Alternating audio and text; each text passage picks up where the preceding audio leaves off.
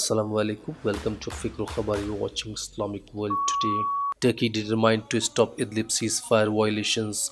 Turkish President Recep Tayyip Erdogan said he hopes ceasefire in Syria's IDLIB province will last.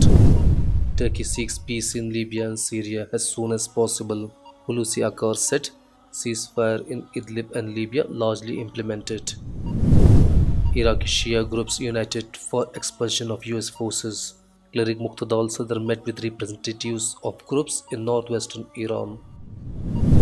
Iran wants British ambassador expelled. British envoy was briefly detained on Saturday for allegedly taking part in demonstrations in Tehran.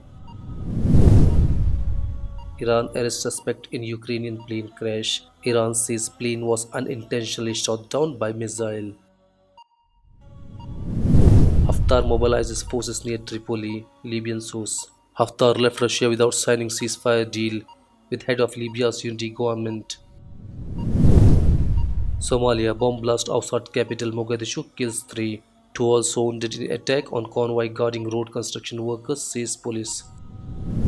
Indonesia and UAE agrees business deal worth nearly $23 billion. Indonesia wants to partner with UAE in moderate and tolerant Islamic education, says President Widodo.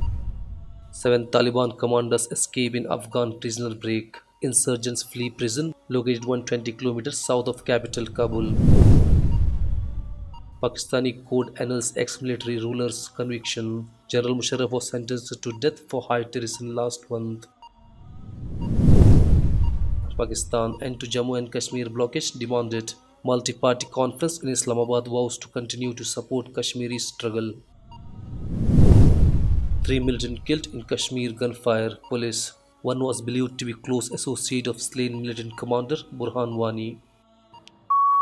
You can find latest and lot more on fikrokhbar.com/English.